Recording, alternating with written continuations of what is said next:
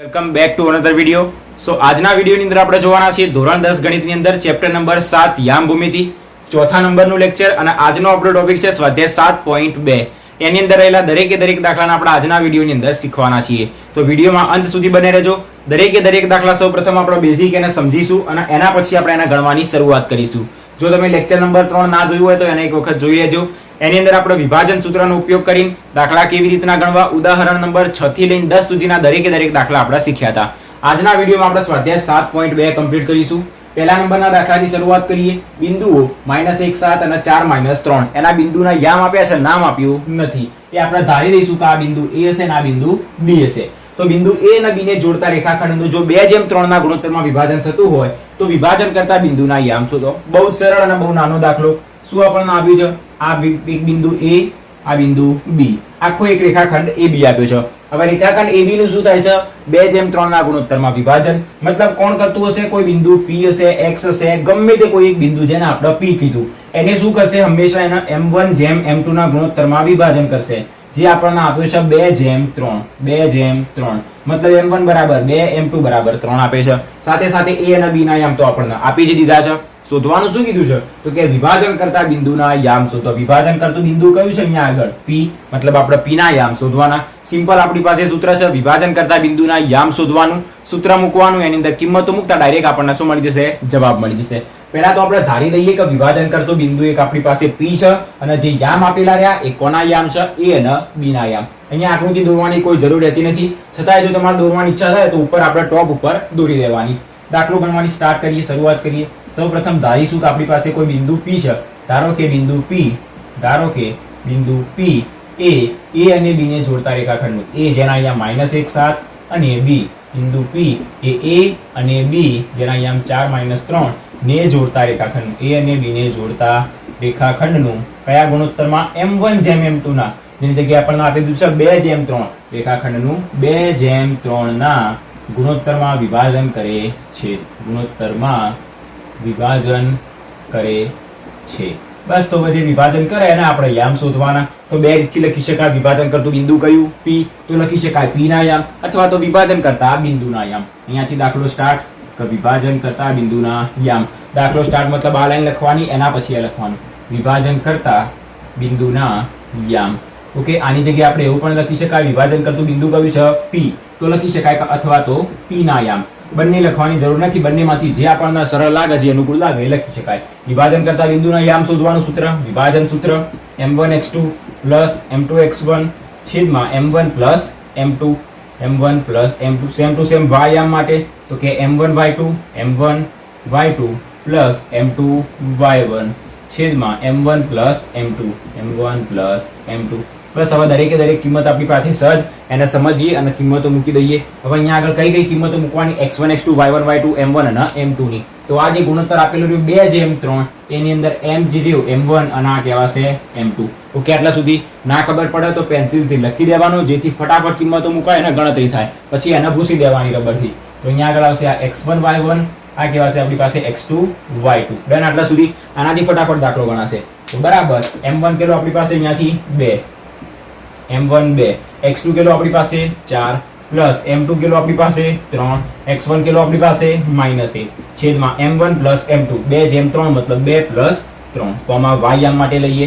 કેટલો આવશે? M1 2, y2 આવશે આપણી પાસે -3 પ્લસ M2 આપણી પાસે આવશે અહીંયાથી 3 અને My1 આપણી પાસે આવશે અહીંયાથી 7 છેદમાં M1 M2 મતલબ 2 + 3.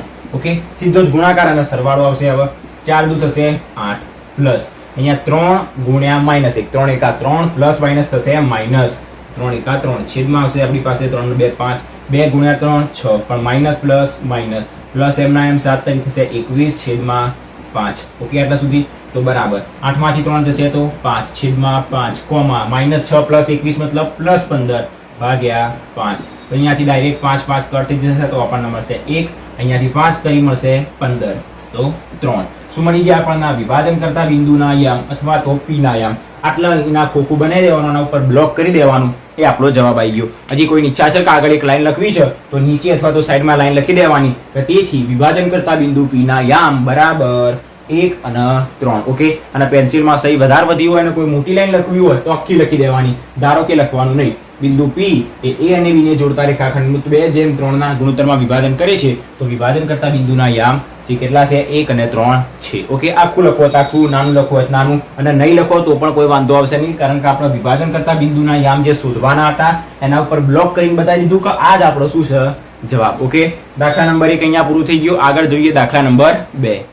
દાખલા નંબર 2 એની અંદર શું કહેવામાં આવ્યું છે કે બિંદુઓ 4 -1 અને -2 -3 જેને આપણે શું કહીશું, આના ધારી દઈશું આ બિંદુ A અને આ બિંદુ B ધારીશું. પહેલી લાઈન કમ્પ્લીટ થઈ ગઈ. આના A ધારશું, આના B ધારશું, એ લખીશું.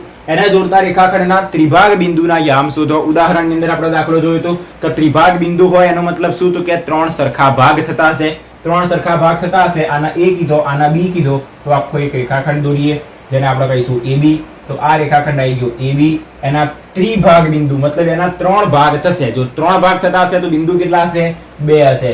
આ પહેલું બિંદુ જેને આપણે P કહીશું, બીજું બિંદુ જેને આપણે Q કહીશું. અને જ્યારે બી ત્રિભાગ બિંદુ આવે એનો મતલબ સમજી જવાનું કે 3 સરખા ભાગ થતા હશે. આ ભાગ 1 હશે, આ પણ 1 હશે, આ પણ 1 હશે. કેવી રીતના 1 હશે, ઉદાહરણમાં આપણે શીખ્યા હતા કે ગમે તે આને આપણે કહીએ M1 જેમ M2, તો આપણે M1 જેમ M2 મતલબ M1 ભાગે M2 લઈએ. માની લઈએ કે આ ભાગ અને આ ભાગ ત્રિભાગ બિંદુ ઉપરથી ખબર પડી જાય કે 3 ભાગ કેવા હશે, સરખા હશે. તો જો આ 4 હોય તો આ પણ 4 હશે. તો કયો ગુણોત્તર થશે, 4:4. તો એના ભાગે આપણે લખી શકાય 4/4. કટ થશે એટલે આપણને શું મળશે, 1/1. 4 ની જગ્યાએ 7 હોય, 8 હોય, ગમે તે હોય, 3 ભાગ સરખા જશે. જો આ 1 હશે તો આ પણ 1 હશે ને આ પણ 1 જ હશે. એના ઉપરથી ખબર પડી જાય જો આ ભાગ 7 હોય તો આ પણ 7 જ હશે. તો એનો ગુણોત્તર કયો થશે, 7:7. 7/7 કટ થઈ જશે તો 1/1. આપણને ભાગ તો કેટલો મળશે, ગમે તેમ કરીને 1 જ મળશે. તો પહેલો ભાગ 1, બીજો 1 અને ત્રીજો પણ 1 જ. શું શોધવાનું છે, ત્રિભાગ બિંદુના યામ શોધવાના.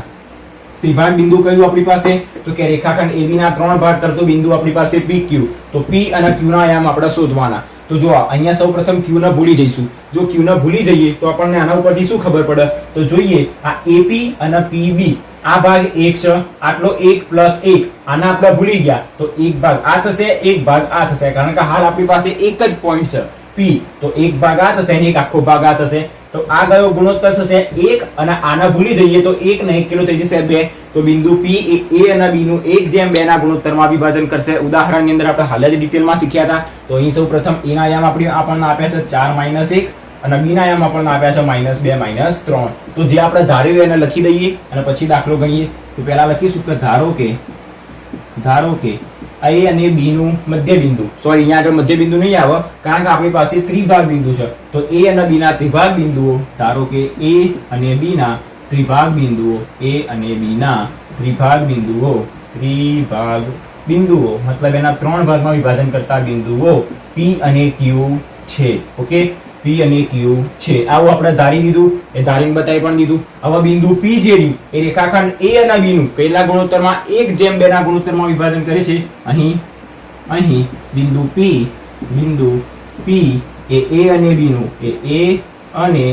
B નું કયા ગુણોત્તરમાં, 1:2 ના ગુણોત્તરમાં વિભાજન કરે છે. કેવી રીતના, ફરી સમજીએ. ગુણોત્તરમાં વિભાજન કરે છે. કેવી રીતના 1:2 ના ગુણોત્તરમાં વિભાજન કરે, તો હાલ સમજાયું. આ ભાગ 1 1 1 કેવી રીતના થશે એ પણ સમજ્યા. જો આ ભાગ 1 હોય, બિંદુ Q ના આપણે ભૂલી જઈએ તો શું થશે, P એ આટલો એક કટકો થશે ડાબી બાજુનો અને આખો એક ભાગ થશે. જો આર્યો આખો એક ભાગ થાય તો આટલો 1 હોય તો આખો 2 થઈ જશે, ના 1 થઈ જશે. તો એનો ગુણોત્તર કયો થશે, M1 જેમ M2 1:2 થશે. ઓકે, આટલા સુધી. તો બસ હવે P ના યામ શોધવા હોય તો P એ શું કહેવાશે, A અને B નું વિભાજન કરતું બિંદુ. તો P ના યામ અથવા તો એવું પણ લખી શકાય કે વિભાજન કરતા બિંદુના યામ. પહેલા સૂત્ર લખીશું, M1x2 + M2x1 છેદમાં x1 + M1 + M2. એ રીતના y યામ માટે M1y2 + M2y1 છેદમાં M1 + M2. ત્યારે આટલા સુધી બરાબર. હવે અહીંયા આગળ M1 M2 x1 x2 y1 y2 કયો લેવાનો એ પણ સમજી લઈએ. તો જોઈ લો, સૌપ્રથમ 1:2 મતલબ આપણી પાસે M1 M2.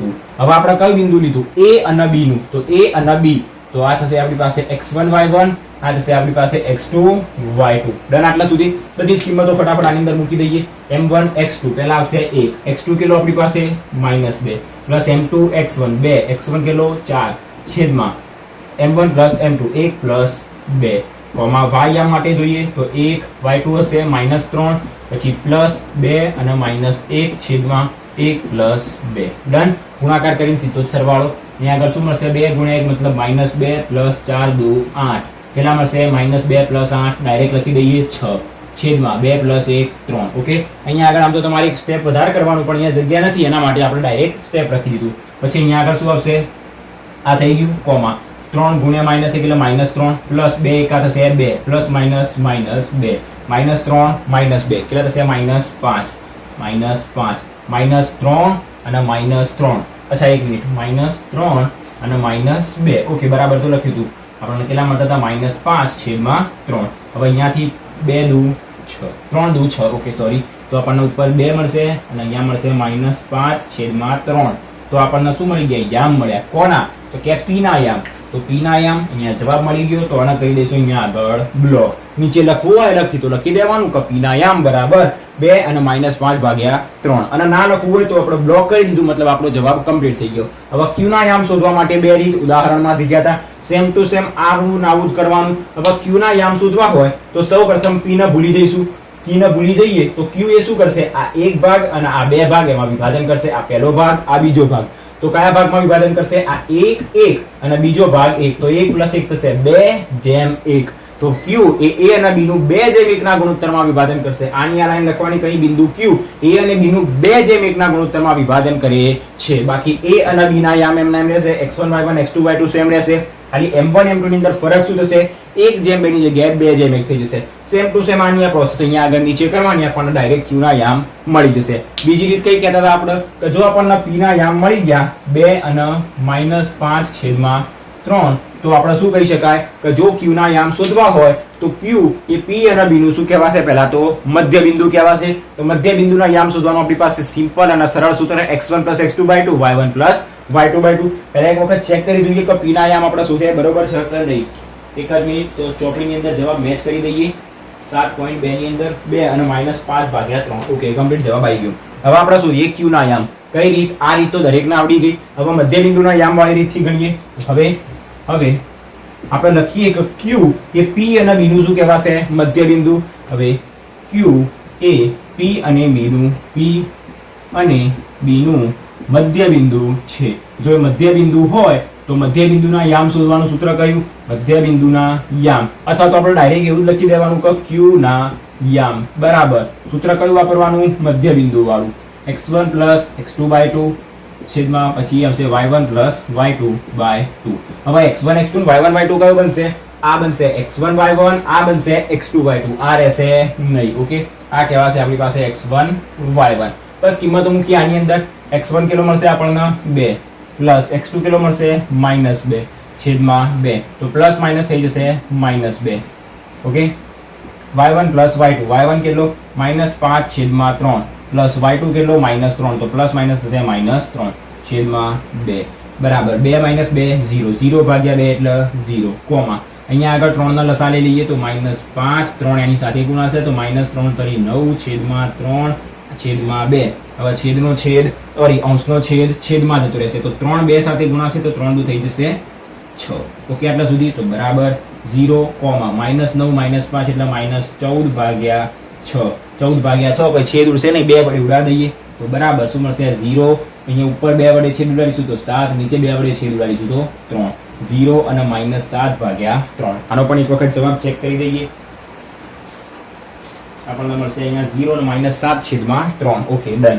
આપણને મળી ગયા p ના યામ અને q ના યામ. p અને q શું હતા ab ના ત્રિભાગ બિંદુઓ 3 ભાગ કરતા હતા એ બિંદુઓ એના યામ આપણને શોધવાના કીધા હતા તો મળી ગયા કમ્પ્લીટ. આપણે ઉદાહરણની અંદર પણ હમણાં જોયું હતું કે એની અંદર કેવી રીતના દાખલા ગણવા તો કે 1/2 રહ્યું એની જગ્યાએ ખાલી 2/1 કરી સેમ ટુ સેમ દાખલો ગણી દેવાનો આપણને આ જ જવાબ મળશે. જવાબની અંદર કોઈ ફેર પડશે નહીં. તો જે રીતે આપણને યોગ્ય લાગે એનો ઉપયોગ કરી શકાય. ડન.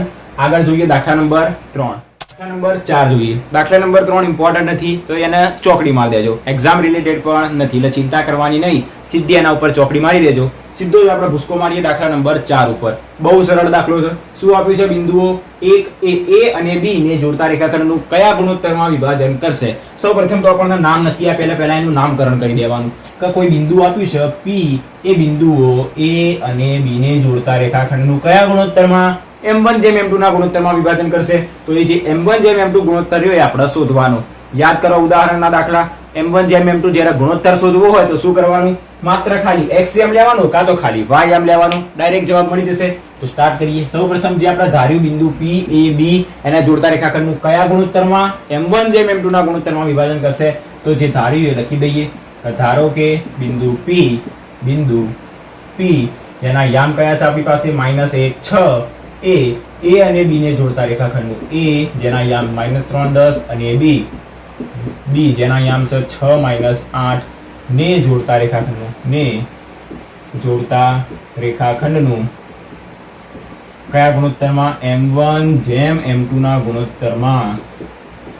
ગુણોત્તરમાં વિભાજન કરે છે અથવા તો વિભાજન કરશે. ઓકે, તો બસ સીધું જ વિભાજન કરતા જે ગુણોત્તર એ વિભાજન કરતા બિંદુ માટેનો જે ગુણોત્તર m1 જેમ m2 શોધવો હોય તો ખાલી એકલો xm કાં તો એકલો ym લઈ લેવાનો. તો સીધો જ xm નું સૂત્ર યાદ કરો. કયું હતું? m1x2 m2x1 છેદમાં m1 m2. હવે xm કરી લેવાનું. તો જે વિભાજન કરતું હોય એનો વિભાજન કોણ કરે છે? બિંદુ p. એનો xm -1. તો xm એનો -1 બરાબર. m1 m2 શોધવાનું એટલે બધામાં m નું m. x1 અને x2 શું થશે આપણી પાસે? તો જો આ a અને b જે આપણા રેખાખંડના બિંદુઓ, આ થશે x1 y1, આ થશે x2 y2. જો કોઈની ઈચ્છા છે કે ym લઈને ગણવો છે, બિંદાસ ym લઈને પણ ગણાય, કશો જ ફરક નહીં પડે. ખાલી ym બરાબર અને y નું સૂત્ર આવશે. y નું સૂત્ર કયું? m1 y2 m2 y1 ભાગ્યા m1 m2. એની જગ્યાએ ખાલી અહીંયા y1 અને y2 ની કિંમત મૂકવાની રહેશે અને xm જે આપણે -1 મૂક્યો એની જગ્યાએ ym -6 મૂકવાનું, સોરી +6 મૂકવાનું રહેશે. બાકી કોઈ ફરક પડશે નહીં. m1 m ના m, x2 કેટલો આપણી પાસે? 6 પ્લસ m2 x1 કેટલો આપણી પાસે? -3 છેદમાં m1 m2 m ના m. હવે યાદ કરો આના સીધો ચોકડી ગુણાકાર. તેથી m1 m2 -1 સાથે ગુણાશે તો બંને માઇનસમાં થઈ જશે. -m1 -m2 બરાબર. કોઈને એક સ્ટેપ વધારે કરવું છે -1 પછી કૌંસની અંદર m1 m2 લખી પછી -1 ની અંદર ગુણવું છે તો ગુણી શકાય. ઓકે, 6 × m1 એટલે 6m1 plus minus -3m2. m1 વાળા એક સાઈડ કરી દઈએ, m2 વાળા એક સાઈડ કરી દઈએ. m1 ને ડાબી બાજુ લઈ દઈએ. તેથી -m1 આ +6m1 આ બાજુ આવશે તો -6m1 -3m2 m ના m રહેશે અને આ m2 ને પણ આ બાજુ લઈ દઈએ તો +m2. તેથી શું વધશે આપણી પાસે? -7m1 કારણ કે -1 -6 એટલે -7m1 બરાબર. -3 + 1 એટલે -2. Okay, -2m2. બંને બાજુથી માઇનસ કટ થઈ જશે, પ્લસ થઈ જશે. હવે શોધવાનું શું? ગુણોત્તર, મતલબ m1 m2. તો m1 m2 આવી જશે એની નીચે, m1 m2 એની નીચે આવશે બરાબર. આ 2m ના m રહેશે, 7 થશે 2 ની નીચે 2/7. તો જે આપણે ગુણોત્તર શોધવાનું તો મળી ગયો m1/m2. લખી દઈએ કે તેથી m1 જેમ m2 બરાબર 2/7 મતલબ 2/7. આપણો દાખલો અહીંયા આગળ પૂરો થઈ ગયો. કમ્પ્લીટ 2 અથવા 3 માર્ક્સમાં પૂછાય આટલી ગણતરી કરીએ, પૂરા માર્ક્સ આપણને મળી જાય. ખબર પડી ગઈ કે કેવી રીતના આપણે એના ગુણોત્તર શોધવાનું. અહીં નીચે કોઈની ઈચ્છા છે કે મોટી લાઈન લખવી છે તો લખવાનું, ધારો કે પૂછી દેવાનું કે બિંદુ p એ a અને b ને જોડતા રેખાખંડનું 2/7 ના ગુણોત્તરમાં વિભાજન કરશે. m1 જેમ m2 ને લખવાની જગ્યાએ ખાલી 2/7 લખવાનું. ધારો કે ખસાડી દેવાનું. આખો જે પ્રશ્ન હતો એની જગ્યાએ m1 જેમ m2 ની જગ્યાએ 2/7 લઈ લેવાનું. ડન. દાખલા નંબર 4 પૂરો થઈ ગયો. આગળ જોઈએ દાખલા નંબર 5. નંબર 5 જોઈએ. એક નવી વસ્તુ એડ થશે અને નવી વસ્તુ શીખવા મળશે. શું આપ્યું છે? x અક્ષ બિંદુઓ. x અક્ષ બિંદુ એનો મતલબ શું? x અક્ષ ઉપરનું બિંદુ. x અક્ષ બિંદુ એનો મતલબ કે x અક્ષ ઉપરનું બિંદુ. હવે x અક્ષ ઉપરનું બિંદુ હોય તો એનો યામ 0. દરેકને ખબર છે x અક્ષ બિંદુ એનો મતલબ x અક્ષ ઉપરનું બિંદુ અને જો કોઈ બિંદુ x અક્ષ ઉપર હોય તો એનો યામ 0 થશે. તો એનો x યામ શું હશે? ગમે તે હોઈ શકે, જે આપણે જોઈશું પછી. તો x અક્ષ ઉપરનું બિંદુ જેના આપણે નામ શું કહી દઈશું? p. એના યામ x0. તો બિંદુ p એ a અને b ને જોડતા રેખાખંડનું કયા ગુણોત્તરમાં વિભાજન કરશે? m1 જેમ m2 ના ગુણોત્તરમાં. કોઈ બી એક x યામ લઈ લઈશું કાં તો y યામ લઈ લઈશું, પણ ધ્યાન શું રાખવાનું? x યામ અને y યામ આપણે કોનો લઈએ? વિભાજન કરતા બિંદુનો. વિભાજન કોણ કરી રહ્યું છે? p. એનો x યામ તો x છે મતલબ આપણી પાસે એનો x યામ નથી તો આપણે ખાલી y યામ લઈને એને ગણી દેવાનું. y યામ 0 આપણને આપ્યો છે એટલે ડાયરેક્ટલી આપણને m1 m2 મળી જશે. હજી પણ કંઈક એડ થાય છે. વિભાજન કરતા બિંદુના યામ પણ શોધો. હવે વિભાજન કોણ કરી રહ્યું છે? x0. એના યામ પણ શોધવાના. હવે એનો y યામ તો દરેકને ખબર છે 0 જ થશે કારણ કે બિંદુ x અક્ષ ઉપર છે અને આપણે x ની કિંમત શોધવાની રહેશે. એ x ની કિંમત કેવી રીતના શોધવી?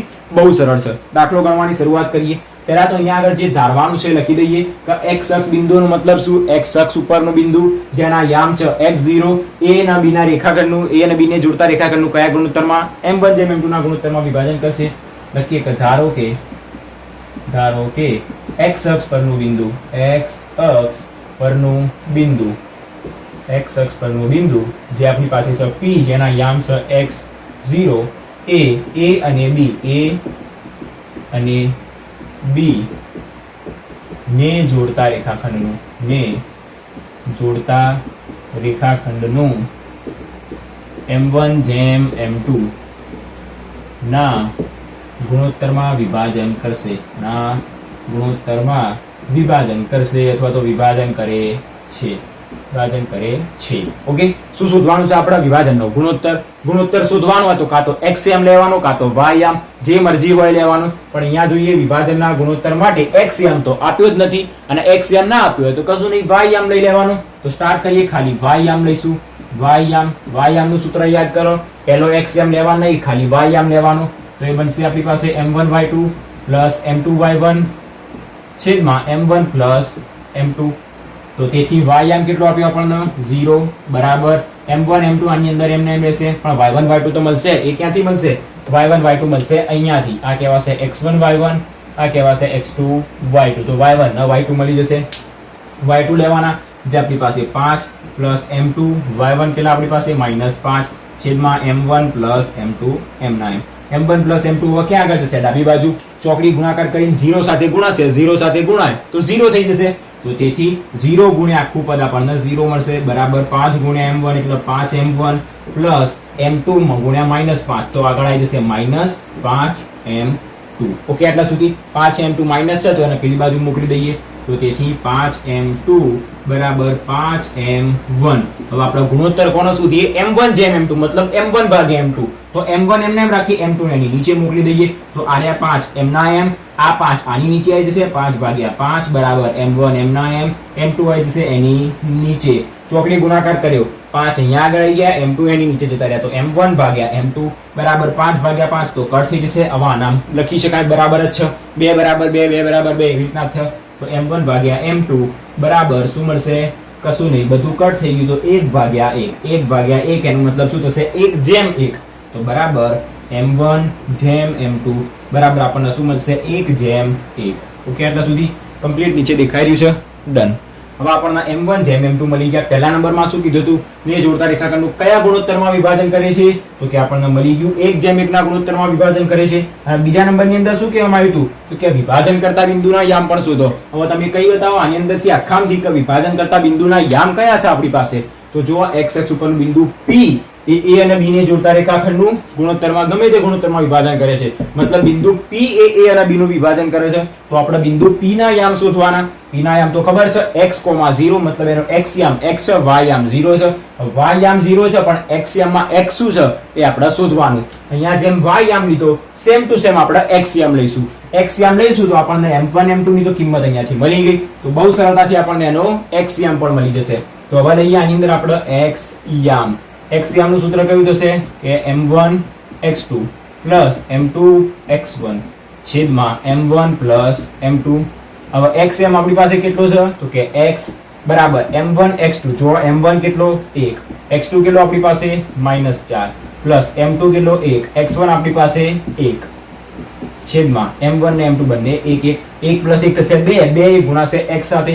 તો તેથી આ 2 x સાથે ગુણાશે તો થશે 2x બરાબર. અથવા તો અહીંયા x એમને એમ જ રાખી, એક કામ કરી x બરાબર -4 ગુણ્યા 1 એટલે -4 1 ગુણ્યા 1 થશે 1 છેદમાં 1 + 1 2 બરાબર -4 + 1 એટલે -3/2. આપણને જે x ની કિંમત શોધવાની હતી કેટલી મળી ગઈ? -3/2. -3/2 x ની કિંમત શોધી. પણ વિભાજન કરતું બિંદુ શોધવાનું. વિભાજન કરતા બિંદુના યામ શોધવાના. તો એ યામ કયા થશે? આપણી પાસે p of x0 બરાબર શું મળશે? p of x ની કિંમત કેટલી મળી? -3/2, 0. અને આના ઉપર આપણે કરી દઈશું બ્લોક, કારણ કે હવે આ આપણો શું આવી ગયો? જવાબ આવી ગયો. ઓકે, x ની કિંમત મળી એટલે આપણને જે ગુણોત્તર મળ્યો તો એના ઉપરથી ખબર પડી ગઈ તો વિભાજન કરતા બિંદુના યામ મળી ગયા. હજી કોઈને નીચે લાઈન લખવાની ઈચ્છા હોય તો લખી દેવાનું કે તેથી x અક્ષ ઉપરનું બિંદુ p એ a અને b ને જોડતા રેખાખંડનું 1:1 ના ગુણોત્તરમાં વિભાજન કરે છે તથા વિભાજન કરતા બિંદુના યામ -3/2, 0 છે. ઓકે, લખવી હોય તો ફરીથી બોલું, ખૂબ લખવાનું. અહીં x અક્ષ પરનું બિંદુ p એ a અને b ને જોડતા રેખાખંડનું 1:1 ના ગુણોત્તરમાં વિભાજન કરે છે તથા વિભાજન કરતા બિંદુના યામ -3/2, 0 છે. કોમા લખવાનું નહીં, અલ્પ વિરામ કરવાનું. ઓકે, તો આ તો આપણી પાસે દાખલા નંબર 5 અહીંયા સુધી કમ્પ્લીટ આઈડિયા આવી ગયો છે અને કેવી રીતના ગણવો, કોઈ પ્રોબ્લેમ થાય તો વિડીયોને રિવાઇઝ કરીને ફરી એ ભાગને જોઈ લેજો એટલે આઈડિયા આવી જશે. ડન. આગળ જોઈએ દાખલા નંબર 6. આપણે જોઈએ દાખલા નંબર 6. આ સેમ ટુ સેમ ઉદાહરણ નંબર 10 નો ભાઈ છે. શું આપ્યું છે? જો 1, 2, 3, 4 આપણને આપ્યા છે બિંદુના યામ. એ એક સમાંતર બાજુ ચતુષ્કોણના શિરોબિંદુ હોય. સમાંતર બાજુ ચતુષ્કોણ ઉદાહરણ નંબર 10 યાદ કરો. સેમ ટુ સેમ એનો ભાઈ પણ થોડોક મોટો ભાઈ છે કારણ કે એની અંદર આપણને ખાલી x શોધવાનું કીધું હતું, મતલબ એક જ બિંદુ શોધવાનું કીધું હતું જે p હતું. અહીંયા આગળ x અને y બે બિંદુ શોધવાના કીધા છે. બહુ સરળતાથી આપણે સમજીએ શું કરવાનું. અહીંયા આગળ સૌપ્રથમ તો એક સમાંતર બાજુ ચતુષ્કોણ આપ્યો છે તેના વિશે ફરી એક વખત સમજી લઈએ. સમાંતર બાજુ ચતુષ્કોણ થોડો આડો આવશે, એક જ મિનિટ. ઓકે, આ સમાંતર બાજુ ચતુષ્કોણ થશે આપણી પાસે. ઓકે, એના શિરોબિંદુ દર્શાવી દઈએ a, b, c, d. દરેકના યામ આપ્યા છે તો યામ લખી દેવાના. આ થશે એનો પહેલો વિકર્ણ, આ થશે એનો બીજો વિકર્ણ. a ના યામ આપણને શું આપ્યા છે? 1, 2. બીજો લઈએ b, એના યામ 4y. ત્રીજા નંબરની અંદર x 6 એ c ના યામ અને d ના યામ થશે 3, 5. જો જ્યારે બી ચતુષ્કોણ આવે એટલે યામ સીધા જ ધારવાના a, b, c, d. p, q, r, s ધારવાય તો p, q, r, s. પછી એવું ના થાય કે a, b, c અને d કહી દઈએ, એવું નહીં. ક્રમિક a, b, c, d અને ચતુષ્કોણ પણ સીધો જ દોરવાનો. અહીંયા a, b દોરું, અહીંયા c લખો, અહીંયા d લખો, એવું નહીં. ક્રમિક બધે દરેકે દરેક પોઈન્ટ ના દર્શાવવાના. ઓકે, એટલે સુધી શું કરવાનું છે? સિમ્પલ એક જ નાની વસ્તુ જે ઉદાહરણમાં સમજ્યા હતા સેમ ટુ સેમ એની વસ્તુ અહીંયા આગળ સમજવાની. આપણી પાસે ચતુષ્કોણ છે એક ABCD, એની અંદર એક AC વિકર્ણ છે અને એક BD વિકર્ણ છે. બંને જે વિકર્ણ રહ્યા બંનેના મધ્યબિંદુ કેવા છે? સેમ છે. જો આ BD વિકર્ણ રહ્યો, આ AC વિકર્ણ રહ્યો. હવે માની લઈએ કે AC જે વિકર્ણ રહ્યો એના યામ આપણી પાસે 1, 3 છે. તો BD વિકર્ણના મધ્યબિંદુના યામ, BD વિકર્ણ જે રહ્યો એનું આ મધ્યબિંદુ રહ્યો એના યામ શું હશે? કોઈ કહેશે એ ભાઈ AB 1, 3 જશે કારણ કે બંનેનું મધ્યબિંદુ સેમ જ છે. જો AC માટે એના યામ 1, 3 હોય તો BD માટે પણ એના યામ 1, 3 જ થાય. એ આપણે ધાર્યું છે 1, 3. ઓકે, શા માટે? કારણ કે ભાઈ બંનેનું મધ્યબિંદુ સેમ જ છે. જો બંનેનું મધ્યબિંદુ સેમ હોય તો એના યામ પણ કેવા હોય? એક સરખા હોય. તો બસ દાખલા ગણવાની સ્ટાર્ટ અહીંથી કરવાનું કે AC ના મધ્યબિંદુના યામ અને BD ના મધ્યબિંદુના યામ જે કેવા હશે? સરખા હશે. અહીંની અંદર આકૃતિ દોરવાની જરૂર પડશે તો આ આકૃતિ ઉઠાઈને ટોપ ઉપર દોરવાની અને નીચે શું લખવાનું એ હવે આપણે ગણીએ. શું કીધું આપણે? બંનેના મધ્યબિંદુ સરખા હશે. કોના? AC ના અને BD ના. તો લખીએ, દાખલો ગણવાની શરૂઆત કરવાની હતી. AC ના મધ્યબિંદુના યામ, AC ના મધ્યબિંદુના યામ અને બીજો કયો વિકર્ણ? તો કે BD ના મધ્યબિંદુના યામ, BD ના મધ્યબિંદુના યામ. બંને કેવા હશે? સરખા હશે કારણ કે બંનેનું મધ્યબિંદુ એક જ છે તો કેવા હોય? સરખા જ હોય. તો બસ અહીંયા આગળ AC ના મધ્યબિંદુ, BD ના મધ્યબિંદુ યાદ છે. મધ્યબિંદુ શોધવાનું સૂત્ર, મધ્યબિંદુના યામ શોધવાનું સૂત્ર x1 + x2/2 y1 + y2/2. સૂત્ર તો સેમ જ રહેશે. આ બાજુ પણ એક સૂત્ર આવશે x1 + x2/2 y1 + y2/2. હવે x1, x2, y1, y2 શેની અંદર લેવાનું? હવે આ બધું એક સરખું જોઈને કટ કરી દેવાનું નહીં. AC તો આ A અને C આપણે આને ધાર્યો. આ A, B, C, D. અહીંયા લાઈન લખવાની જરૂર નથી કે ધારો કે આ ABCD ના યામ છે એવું ના, કારણ કે આપણે આકૃતિ દોરીને બતાવી દીધું. આકૃતિ એક્ઝામ ની અંદર દોરવાની. જો દાખલો પૂછાય તો આવી નવી આકૃતિ અહીંયા દોરવાની જેની અંદર આપણે બતાવી દીધું કે જે આ યામ રહ્યા એ કોના યામ છે? ABCD ના યામ. એટલે સ્પેસિફિક લખીને બતાવવાની કોઈ જરૂર નથી. હવે A અને C ના મધ્યબિંદુના યામ, તો A અને C માટે આપણી પાસે કહેવાશે x1 y1, આ કહેવાશે x2 y2. બંનેના પહેલાનો સરવાળો, બંનેના બીજાનો સરવાળો. તો તેથી શું થશે? x1 + x2 1 + x, 1 + x છેદમાં 2. y1 + y2 2 + 6, 2 + 6 છેદમાં 2. બરાબર. હવે x1 + x2 y1 + y2 BD માટે, તો B અને D માટે આ કહેવાશે x1 y1, આ કહેવાશે x2 y2. બંનેના પહેલાનો સરવાળો, બંનેના બીજાનો સરવાળો. 4 અને 3 નો સરવાળો 4 + 3 છેદમાં 2 કોમા y1 + y2 જે y + 5 છેદમાં 2. યાદ કરો ઉદાહરણ નંબર 10. જો આ બંનેના વચ્ચે બરાબર, આ x યામ, આ પણ x યામ, આ y યામ, આ પણ y યામ, બંનેની વચ્ચે બરાબર, તો બંનેના આપણે x યામના સરખાવવાના અને બંનેના y યામના સરખાવવાના, કારણ કે વચ્ચે બરાબર છે.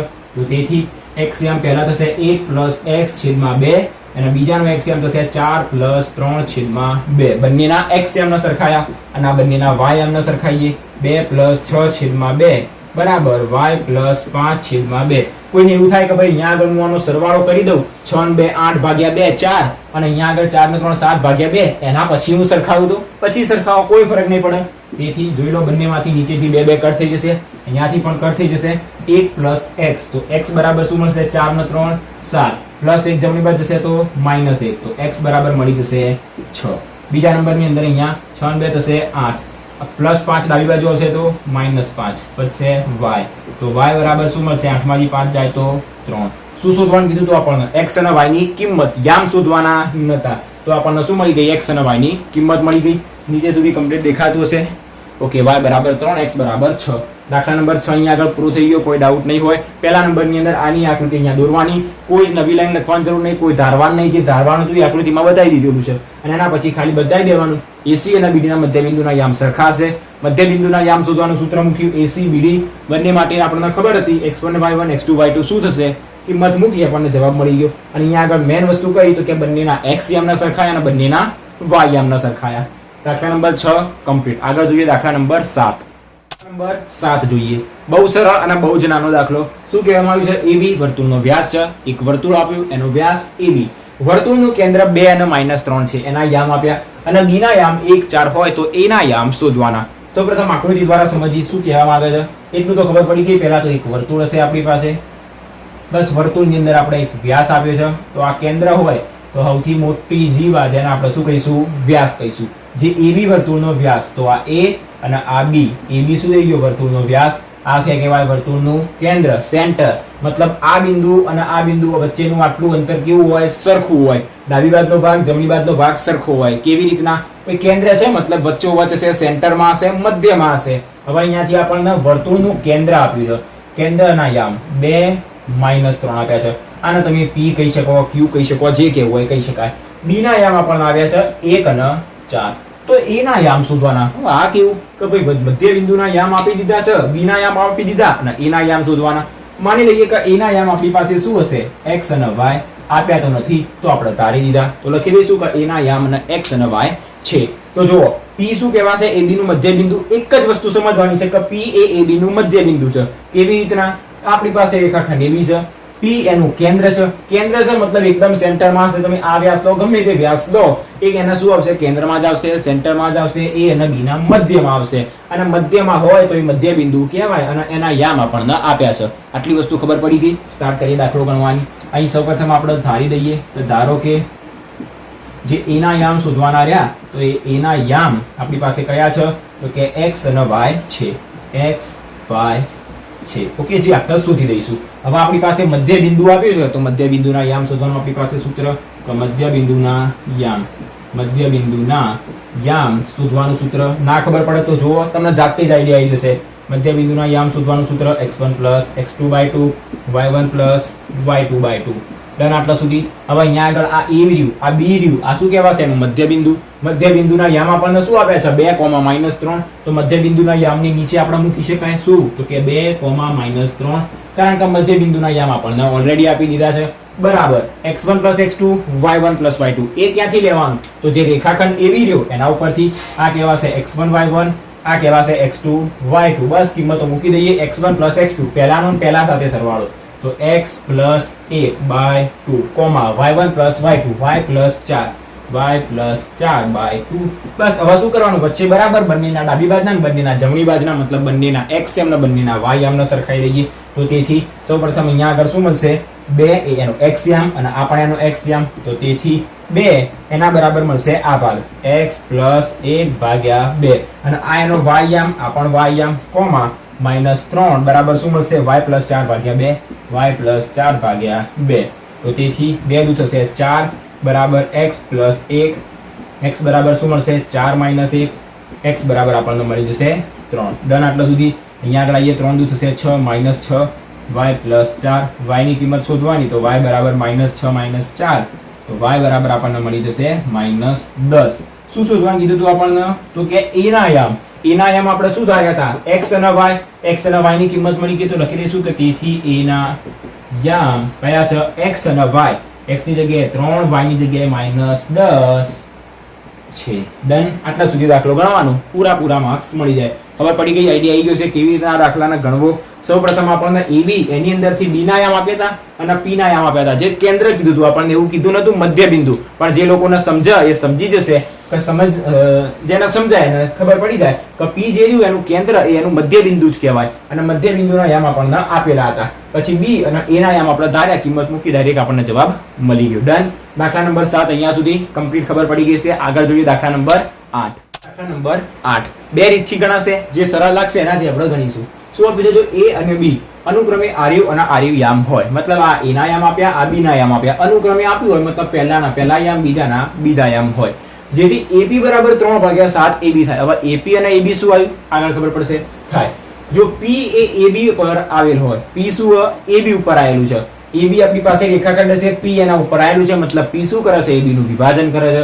તો P ના યામ શોધો. P ના યામ મતલબ કોના? વિભાજન કરતા બિંદુના યામ. આકૃતિ દ્વારા સમજીએ શું કહેવામાં આવ્યું છે. અહીંયા આગળ AB આપણને આપી દીધા છે. માની લઈએ કે આપણી પાસે A છે, લાઈન થોડી ઊંચી નીચી થાય તો કોઈ વાંધો નહીં. આ B છે.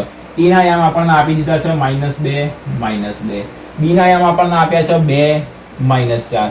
અને શું કહેવામાં આવ્યું છે? P એ AB ઉપર આવેલું છે.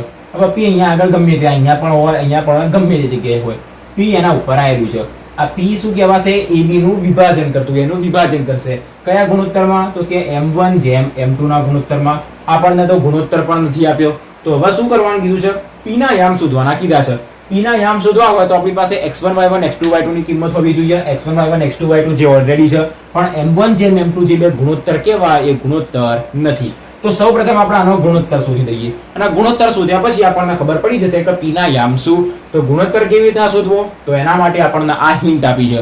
શું હિન્ટ આપી છે? તો લખીએ કે અહીં આપણને આપવામાં આવ્યું છે સૌપ્રથમ ઉપર આકૃતિ દોરવાની અને અહીંથી દાખલો ગણવાની સ્ટાર્ટ કરવાનું, કારણ કે આપણે આની અંદર કશું જ ધારવાનું નથી. કહી દીધું છે કે AB ઉપર આવેલું છે બિંદુ P. અહીં આપણને શું આપવામાં આવ્યું છે? AP બરાબર 3/7 AB. બહુ સરળ રીત કઈ થશે? AB ને સીધો આની નીચે લાવી દઈએ તો તેથી AP AB ને નીચે લાવી દઈએ તો ભાગ્યા AB બરાબર શું મળશે? 3/7.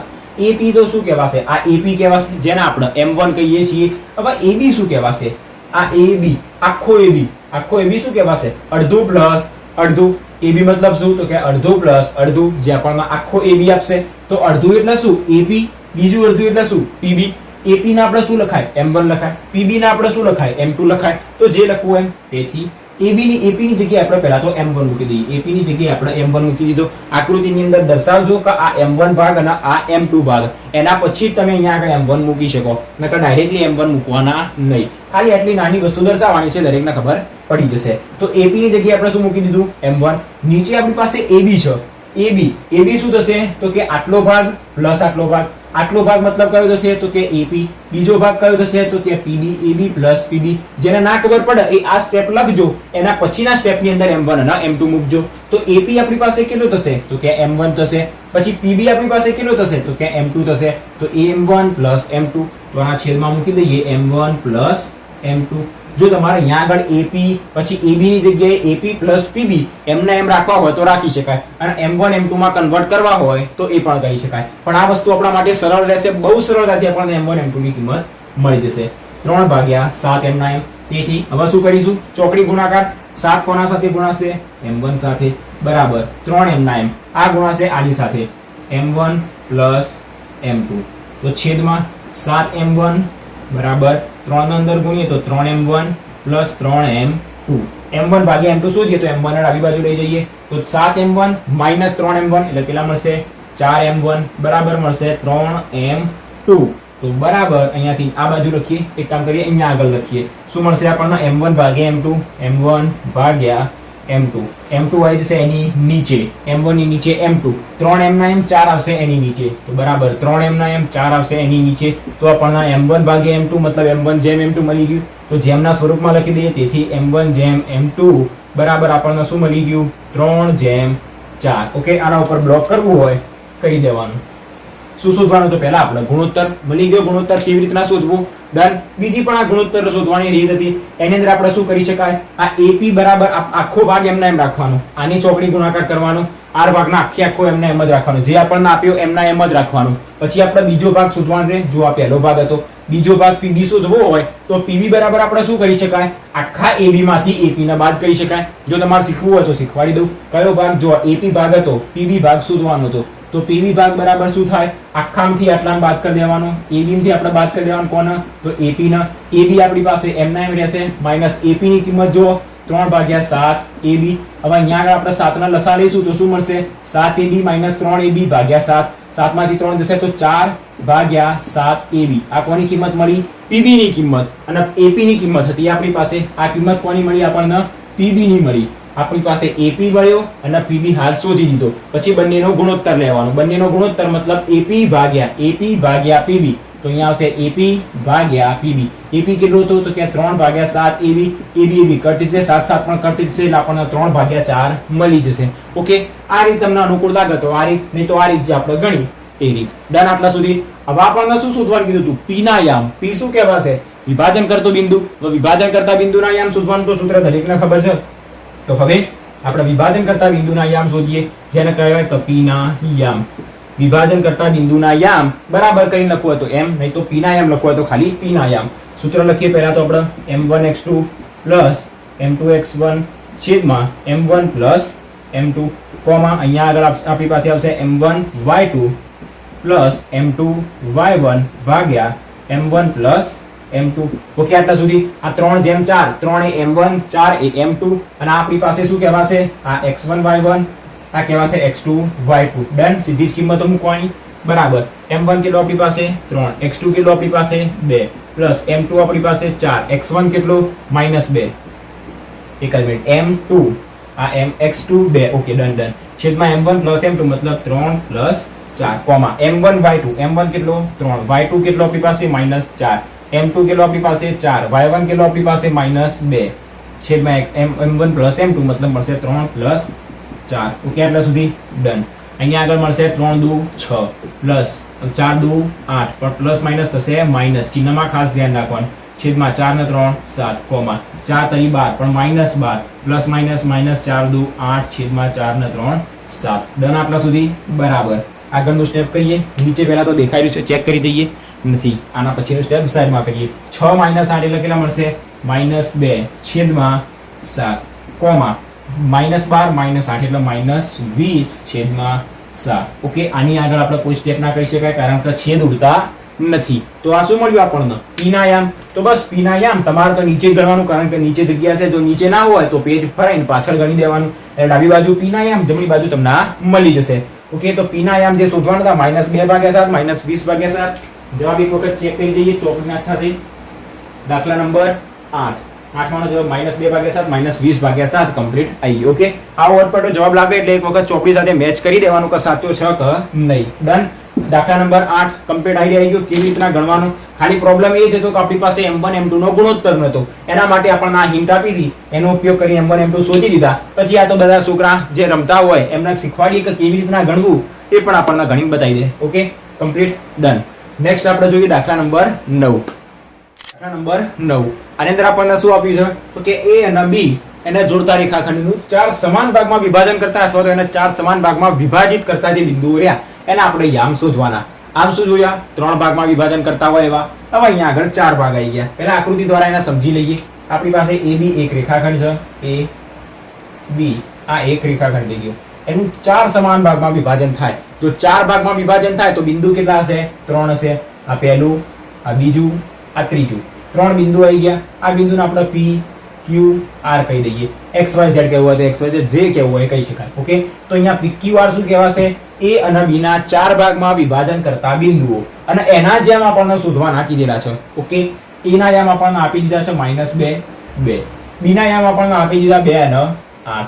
પહેલી લાઈન લખી દઈશું કે ધારો કે P, Q અને R એ AB ના 4 ભાગમાં વિભાજિત કરતા બિંદુઓ છે. હવે એના યામ શોધવાના. 4 ભાગમાં વિભાજન કરતા હોય તો એના યામ કેવી રીતના શોધાય? અહીંયા આગળ આપણને એક શબ્દ આપ્યો છે સમાન ભાગમાં. મતલબ સમાન ભાગમાં મતલબ આ ભાગ આ ભાગ આ ભાગ આ ભાગ બધા ભાગ કેવા છે? સરખા જ છે. હવે એ ભાગ સરખા હોય તો કેટલા હશે? એક જ હશે. ફરી એકવાર સમજાવું. ત્રિભાગની અંદર બે વખત સમજાતા ઉદાહરણમાં સ્વાધ્યાયમાં ફરી આની અંદર સમજીએ. આ ભાગના આપણે માની લઈએ કે m1 કહીએ, આ ભાગના આપણે m2 કહીએ. તો m1 અને m2 નો ગુણોત્તર કેટલો મળી શકે? 2 મળે 2. હવે અહીંયા શું કીધું છે? બંને સરખા ભાગ હશે. મતલબ જો m1 ની કિંમત 8 હોય, m1 ની કિંમત કેટલી હોય? 8 હોય. તો m2 પણ કેટલા હશે? 8 જ હશે, કારણ કે સમાન ભાગ છે. તો m2 પણ આપણી પાસે 8 જ હશે. તો 8 8 કટ થઈ જશે તો શું વધશે? 1/1. મતલબ m1 પણ 1, m2 પણ 1. એમ આને તમે m3 કહો, m4 કહો, ગમે તે કહો, ચારે ચાર ભાગ એક જ હશે. જો ભાગની કિંમત 7 મળે, 8 મળે, 7.5 મળે, 9.5 મળે, 9.5 મળે તો 9.5 ભાગ્યા 9.5 બધું કટ થઈ જશે. મતલબ દરેક એનું વિભાજનનો ગુણોત્તર કેટલો મળશે? 1:1:1:1. ડન. આટલા સુધી તો તમને આપની ખબર પડી ગઈ કે ચારે ચાર ભાગ કેટલા હશે? 1 હશે. બહુ સરળ અને મધ્ય બિંદુનું સૂત્ર ઉપયોગ કરવાનો અહીંયા અને દાખલો ગણીશું. તમે અહીંયા આગળ ગમે તે સૂત્રનો ઉપયોગ કરી શકો. પહેલા તમારે જો P ના યામ શોધવા હોય તો Q અને R ના ભૂલી જવાના. તો P એ આને શું કરશે? 1:1:1 3 ના ગુણોત્તરમાં વિભાજન કરશે. 1:3 ના ગુણોત્તરમાં વિભાજન કરશે તો આપણને અહીંયાથી m1 અને m2 ની કિંમત મળી જશે. આ x1 y1 x2 y2 m1 m2 હોય તો આપણે P ના યામ શોધી શકાય. બહુ સરળતાથી શોધી શકાય. Q ના યામ શોધવા હોય તો Q શું કરશે? આપણી પાસે આ ડાબી બાજુ 1+1 2, આ જેમ જમણી બાજુ 1+1 2. તો આપણી પાસે a અને b ની કિંમત છે. આ m1 m2 ની કિંમત મળી ગઈ. a અને b ઉપરથી આપણે x1 y1 x2 y2 મળી જાય. આ m1 m2 મળી ગયા. Q ના યામ શોધી શકાય. બહુ સરળતાથી શોધી શકાય. R ના યામ શોધવા હોય તો અહીંયા આગળ વચ્ચે જેમ આવશે. ડાબી બાજુ કેટલા પદ? 1 1 1 મતલબ 3. આ વચ્ચે જેમ જમણી બાજુ 1. તો R શું કરશે? a અને b નું 3:1 ના ગુણોત્તરમાં વિભાજન કરશે તો આપણને R ના યામ મળી જશે. તો R ના યામ આપણને શોધવા માટે શું કરીશું? આ m1 m2 મળી ગયા. a અને b ઉપરથી x1 y1 x2 y2 મળી જશે. R ના યામ મળી જાય. બહુ સરળતાથી મળી જાય. જેને મેં સમજાયું એ રીતનો ઉપયોગ કરવો હોય તો એ રીતનો ઉપયોગ કરી શકાય. અને બીજી એક નાની રીત કે જેની અંદર આપણને એવું કહેવામાં આવ્યું છે કે બધા ભાગ કેવા છે? એક સરખા છે.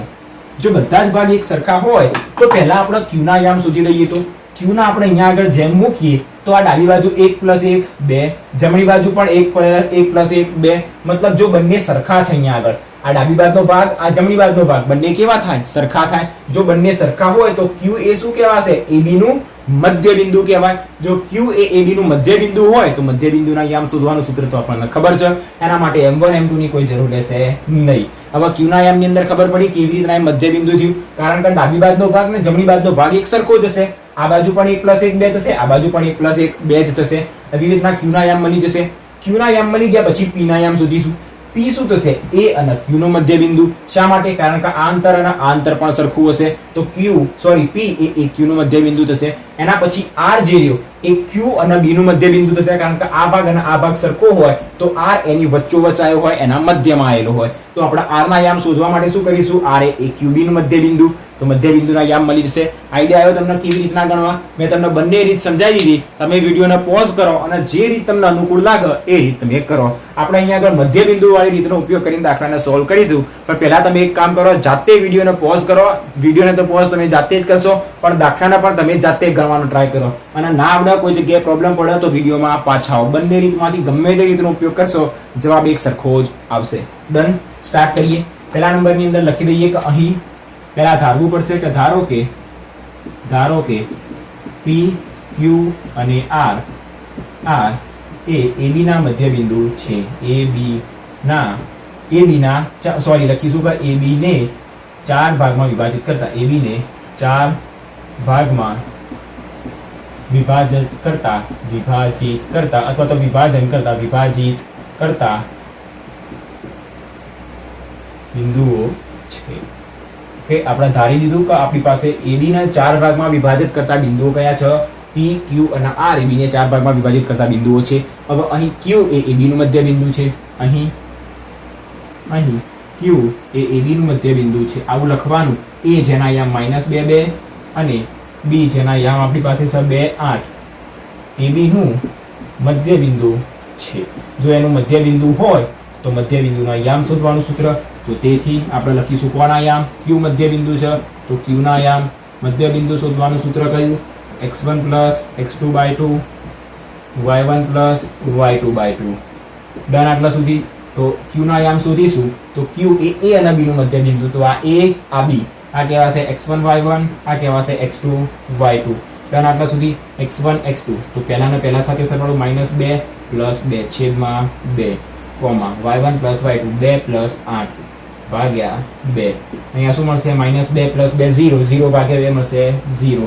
8 ના 2 થશે 10, 10 ભાગ્યા 2 મળશે 5. તો અહીંયાથી મળી ગયા કોના યામ? તો કે q ના યામ.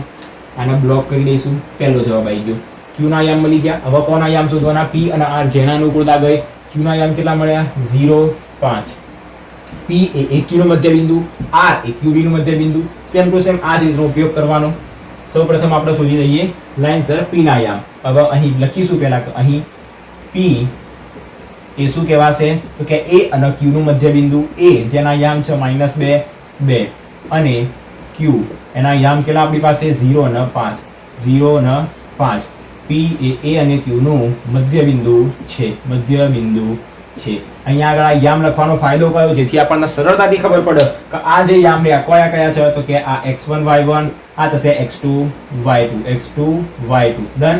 બહુ સરળતાથી આપણે ગણી શકાય. તો p ના યામ શોધવા હોય તો p ના યામ બરાબર સૂત્ર મૂકીએ x1 + x2/2 y1 + y2/2. જો આપણે એક વખત સૂત્ર મૂકી દીધું અહીંયા આગળ એટલે બીજી વખત સૂત્ર ના લખો તો ચાલશે. બરાબર. પહેલા બે નો સરવાળો, બીજા બે નો સરવાળો. -2 નો સરવાળો થશે 0 સાથે છેદમાં 2. 2 નો સરવાળો થશે 5 સાથે છેદમાં 2. બરાબર. શું મળશે? -2 + 0 એટલે -2. -2 ભાગ્યા 2 એટલે 2 2 કટ એટલે -1. 5 + 2 7 ભાગ્યા 2. આ કોના યામ મળી ગયા આપણને? p ના યામ. p ના યામ કેટલા મળ્યા આપણને? -1 7 છેદમાં 2. હવે કોણ વધ્યું? r. r ના યામ શોધી દઈએ. તો લખીએ કે અહીં r એ કોનું મધ્ય બિંદુ છે? q અને b નું મધ્ય બિંદુ છે. q જેના યામ છે 0 5 અને b જેના યામ છે આપણી પાસે 2 8 નું મધ્ય બિંદુ છે.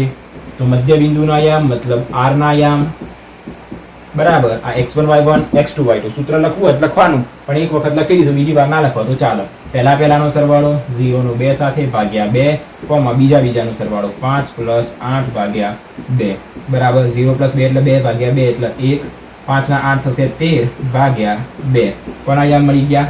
r ના યામ. ડન. અહીંયા આપણો દાખલો શું થઈ જશે? પૂરું થઈ જશે. શું કહેવામાં આવ્યું હતું? વિભાજન કરતા બિંદુના યામ શોધો. વિભાજન કરતું બિંદુ કયું હતું? pqr. તો આ થઈ ગયા q p r. ત્રણે ત્રણના યામ આપણને મળી ગયા. દાખલા નંબર 9 એની અંદર કોઈ ડાઉટ નહીં હોય. એક વખત આનો ચોપડી સાથે જવાબ મેચ કરી દઈએ. પહેલા મળશે -1 7 1 7 ભાગ્યા 2. ઓકે. પછી મળશે 0 5 0 5 અને 1 13 ભાગ્યા 2 1 13 ભાગ્યા 2. ઓકે. કમ્પ્લીટ જવાબ મળી ગયા. દાખલા નંબર 9 કમ્પ્લીટ થઈ ગયો. કોઈ ડાઉટ નહીં હોય. કોઈ ડાઉટ હોય તો વિડીયોને રિવાઇઝ કરો અને એને ફરીથી એક વખત સમજો. તમને કમ્પ્લીટ આઈડિયા આવી જશે. છતાંય કોઈ જગ્યાએ ના ખબર પડે તો બિંદાસ કમેન્ટ કરજો, એવું તમને સમજાવી દઈશ. નેક્સ્ટ આગળ દાખલો જોઈએ. દાખલા નંબર 10. દાખલા નંબર 10 જોઈએ. શું આપ્યું છે અહીંયા આગળ? કીધું છે કે સમબાજુ ચતુષ્કોણના ક્રમિક શિરોબિંદુઓ આ 4 આપણને આપ્યા છે. ક્રમિક 4 શિરોબિંદુઓ ABCD PQRS જે આપણને નામ યાદ રહે એ કરવાનું. આને આપણે ABCD નામ આપી દઈશું. એ 4 ABCD હોય તો એનું ક્ષેત્રફળ શોધો. એનું મતલબ કોનું? સમબાજુ ચતુષ્કોણનું. સમબાજુ ચતુષ્કોણનું ક્ષેત્રફળ શોધવાનું સૂત્ર નથી ખબર. આપ્યું છે ચોપડીમાં 1/2 એના 2 વિકર્ણોનો ગુણાકાર. પણ એક્ઝામમાં નહીં આપ્યું હોય, જો આપ્યું હોય તો બહુ આભાર, અને ના આપ્યું હોય તો યાદ રાખીને જજો. સમબાજુ ચતુષ્કોણનું ક્ષેત્રફળ બરાબર 1/2 ગુણ્યા 2 વિકર્ણોનો ગુણાકાર. ઓકે. યાદ રહી જવું જોઈએ. સમબાજુ ચતુષ્કોણના શિરોબિંદુ આપ્યા છે એને આપણે ધારી દઈએ કે ABCD એના નામ છે અને એનું ક્ષેત્રફળ શોધવાનું છે. પણ એના માટે વિકર્ણો બતાવવા પડશે. વિકર્ણો બતાવવા માટે આકૃતિ દોરવી પડશે. અને આકૃતિ એકવાર દોરી એની અંદર બધી વસ્તુ દર્શાવી તો નીચે શબ્દોમાં ધારો કે વાળું લખવાની કોઈ જરૂર નથી. તો સૌપ્રથમ એક આકૃતિ દોરી દઈએ. અહીંયા આગળ સમબાજુ ચતુષ્કોણ મતલબ શું? એની બધી બાજુ સરખી હોય એટલે એક પ્રકારનો એક ચોરસ જ થાય. ઓકે. એ આવો દોઢો પણ હોઈ શકે, સીધો પણ હોઈ શકે. એને આપણે લગભગ ચોરસ જેવો દોરવાનું. ઓકે.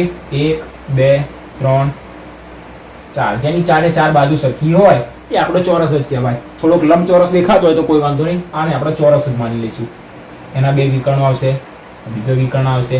એને સીધા નામ આપવાના A B પછી આવશે સી ડી અને ક્રમિક આપ્યા મતલબ એ બી સી ડી એવી રીતના ગણવાનું એ પછી બી સી ડી ઊંધા સીધા ચાલવાનું નહીં આના યામ 3 0 બી ના યામ 4 5 સી ના યામ -1 4 ડી ના યામ -2 -1 એસી કહેવાશે એનું વિકર્ણ બીડી કહેવાશે એનો વિકર્ણ સમબાજુ ચતુષ્કોણનું ક્ષેત્રફળ શોધવાનું છે 1/2 એના બે વિકર્ણનો ગુણાકાર આ પહેલો વિકર્ણ આ બીજો વિકર્ણ બે વિકર્ણનો ગુણાકાર મતલબ શું બે વિકર્ણો વચ્ચેનું અંતર તો ભાઈ ફરી એવા તો અહીંયા આગળ અંતર સૂત્રનો ઉપયોગ કરીશું બસ તો સ્ટાર્ટ કરીએ આકૃતિ દોરી દીધી મતલબ બધી જ વસ્તુ અહીંયા બતાવી દીધી કે ABCD પણ છે એના બે વિકર્ણો કયા AC અને BD છે અને ABCD ના યામ કયા છે નીચે કશું લખીને બતાવવાની કોઈ જરૂર નહીં આપણે ડાયરેક્ટ દાખલો ગણવાની શરૂઆત કરવાની દાખલામાં શું ગણવાનું સૂત્ર કયું છે 1/2 બે વિકર્ણોનો ગુણાકાર તો બે વિકર્ણો AC અને BD સૌપ્રથમ બંને વચ્ચેનું અંતર શોધી દઈએ તો AC સ્ક્વેર એક વખત સૂત્ર લખી દઈશું બીજી વખત લખશું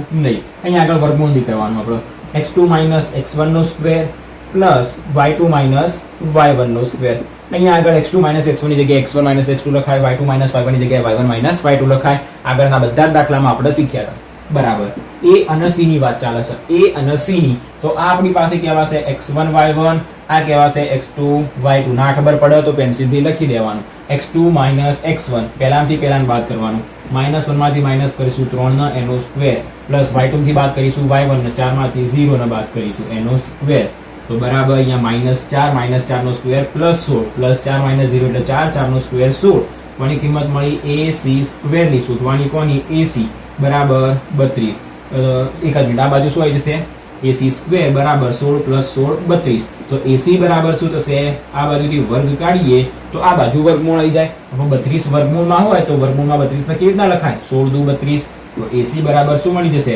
16 નું વર્ગમૂળ 4 16 વર્ગમૂળ ની અંદર વર્ગમૂળ કહીએ તો 4 થઈ જશે 2 નું વર્ગમૂળ તો નીકળશે નહીં તો 2 એમના એમ રહેશે ઓકે તો ac મળી ગયો બીજો વિકર્ણ શોધીએ bd બીજો વિકર્ણ આપણને કહેવાશે bd તો અંતર શોધીએ BD વચ્ચેનું તો BD સ્ક્વેર બરાબર હવે સૂત્ર લખવાની જરૂર નહીં આપણી પાસે x1 y1 આ થશે x2 y2 પહેલામાંથી પહેલાને બાદ કરવાનો બીજામાંથી બીજાને બાદ કરવાનો -2 માંથી 4 ને બાદ કરવાનો -2 માંથી બાદ કરવાનો 4 ને એનો સ્ક્વેર પ્લસ -1 માંથી 5 ને બાદ કરવાનો -1 માંથી 5 ને બાદ કરવાનો એનો સ્ક્વેર આમાંથી આને બાદ કરો કે આમાંથી આને બાદ કરો કોઈ ફરક પડવા નથી ઉપર સ્ક્વેર છે માઈનસ નું પ્લસ થઈ જશે અહીંયા મળશે -6 એનો સ્ક્વેર 36 પ્લસ -6 સ્ક્વેર થશે એનો 36 36 + 36 થશે 72 72 મતલબ શું મળ્યું BD સ્ક્વેર આપણે શોધવાનો BD બરાબર શું મળશે વર્ગમૂળમાં 72 આ બાજુથી વર્ગ કાઢીએ એટલે આ બાજુ વર્ગમૂળ લાગી જાય અથવા તો એવું કહી શકાય કે બંને બાજુ વર્ગમૂળ આપી દીધું